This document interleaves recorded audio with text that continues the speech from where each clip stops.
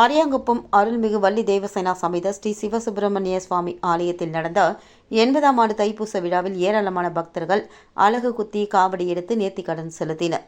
ஆரியாங்குப்பம் காலந்தோட்டத்தில் எழுந்தருளியுள்ள அருள்மிகு வள்ளி தேவசேனா சமேத ஸ்ரீ சிவசுப்பிரமணிய சுவாமி ஆலயத்தின் 80வது ஆண்டு தைப்பூசத்தை முன்னிட்டு காவடி திருவிழா நடைபெற்றது.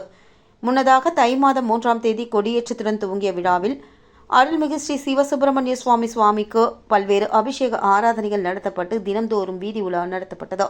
9ஆம் நாளான இன்று காவடிகளுக்கு அபிஷேக ஆராதனைகள், சுவாமி மற்றும் காவடி வீதி உலா நடைபெற்றது. இதில் ஏராளமான பக்தர்கள் பங்கு பெற்று பால் காவடி, பன்னீர் காவடி, புஷ்ப காவடி, சந்தன காவடி என எடுத்து அலகு குத்தி தங்களது நேர்த்திக்கடனை செலுத்தினர். இதில் சிறப்பு விருந்தினராக கலந்து கொண்ட அரியாங்குப்பம் சட்டமன்ற தொகுதியின் உறுப்பினர் தட்சிணாமூர்த்தி பக்தர்களுக்கு அன்னதானம் வழங்கி தரிசனம் மேற்கொண்டார்.